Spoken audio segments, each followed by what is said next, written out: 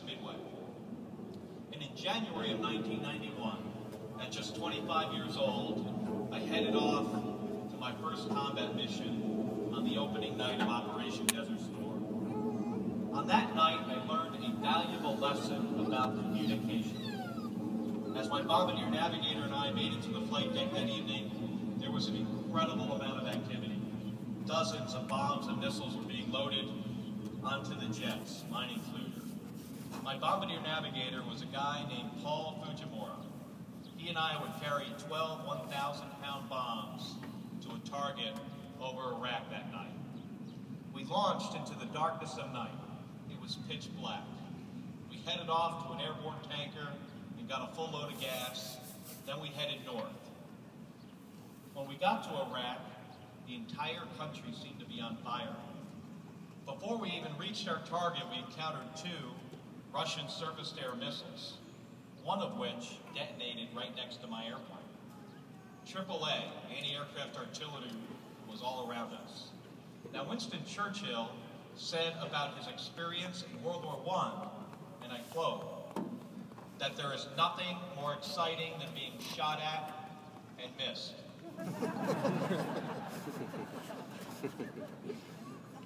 Well, speaking from experience, it's exciting, but until you know you're not going to die, it is not any fun.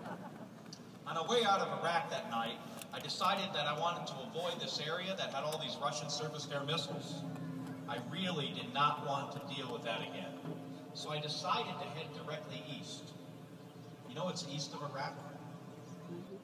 Iran.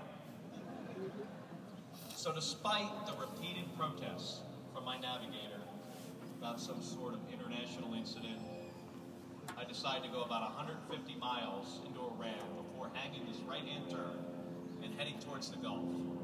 I was going as fast as my A6 intruder would carry us.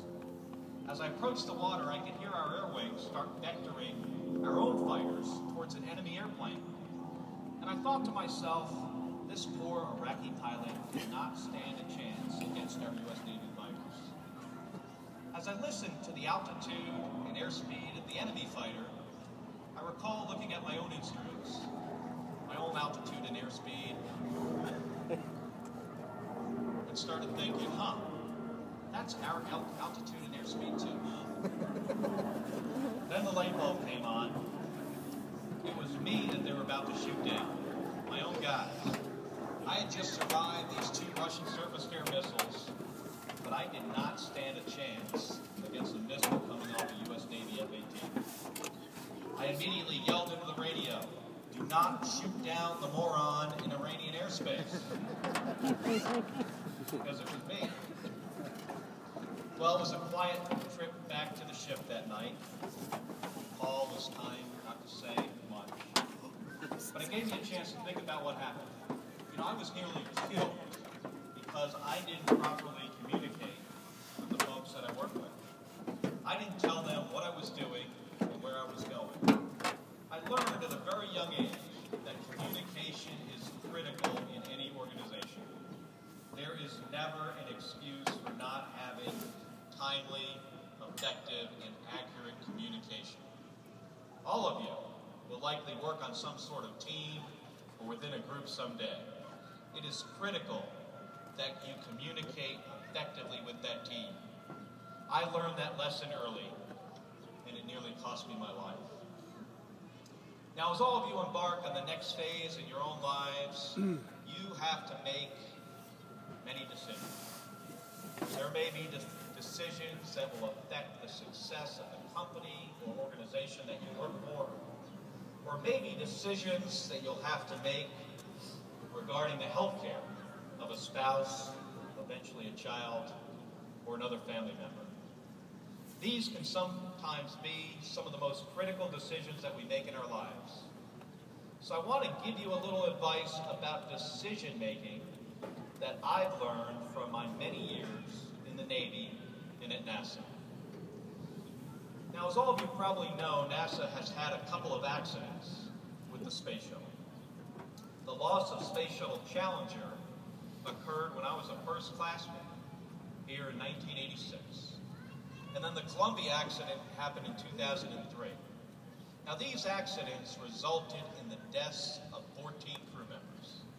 The Columbia accident really hit close to home for me because 3 of the astronauts on board were my astronaut classmates.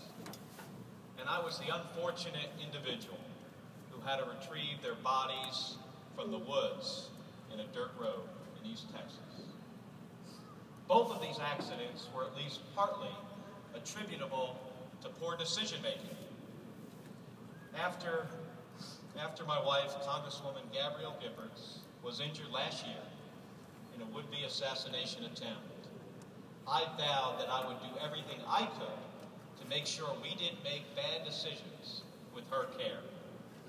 In the room that we now use at NASA to hold meetings, when we have a crew in space, there is a saying on the wall. In very big and bold letters, it says, "None of us is as dumb as all of us." This can be a bit confusing, so I'm going to say it again. None of us is as dumb as all of us. What this means is that sometimes a team of people can make a decision that no single individual on that team would make. That groupthink can set in, and a team can march off in the wrong direction and make a really bad decision. So please think about this as you work together to solve the world's problems. I often do, and it has served me very well. Over the past year, I have learned a thing or two about the power of the human spirit. It has been an incredible experience for me to watch my wife, Gabby, first fight so hard to survive, and then fight so hard to come back. She has been an incredible inspiration to me. Each day, as she heads off to therapy, she'll often tell me, "Fight, fight, fight." She reminds me each and every day to deny the acceptance of failure. The fact that all of you are here today says a lot about your own drive and determination. But life often presents us with some incredible and unexpected challenges. Some of you will face those challenges sooner rather than later. When you do, please think of Gabby and think of those words. Deny the acceptance of failure. Now, all of you have invested a tremendous amount of time and energy in getting this education. I went to school here, and I know as well as anybody that it is not easy. I can promise you, though, it was worth the effort. I also know that your graduation today comes with some great expectations. Not only your own expectations, but possibly the expectations of your professors, parents, and friends. They have their own expectations of what you should do now. I encourage you to listen to the people that you trust the most, but also understand that this is your life to live. Things can change for any of us in an instant. Gabby and I certainly understand that as well as anyone. So it is most important to find the calling that is best suited to you. Find the thing or the job or the experience that makes you happy. You can't live anybody else's life but your own. That's the deal that life offers us. Ralph Waldo Emerson, one of our country's greatest poets, once said, "Do not know where the path may lead. Go instead where there is no path and leave a trail." I think that's sound advice for all of us. My wife, Gabby, and I have been public servants for most of our adult lives.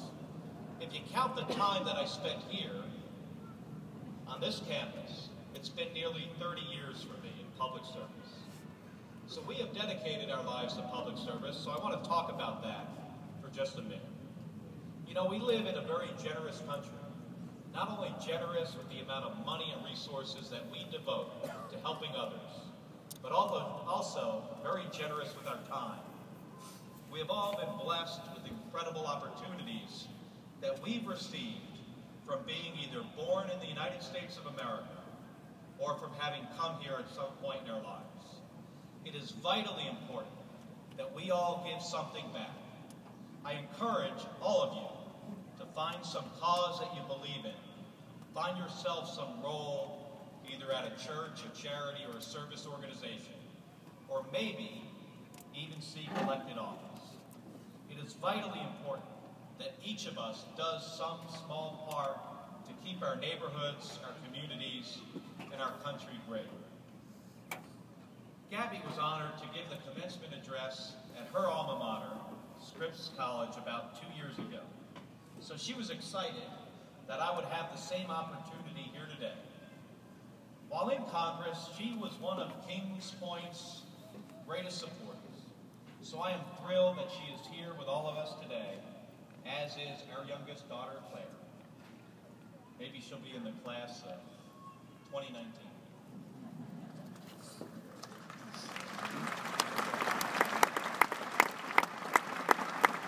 You know, Gabby is incredibly enthusiastic about the possibilities for all of you that come with what you have accomplished today, as am I.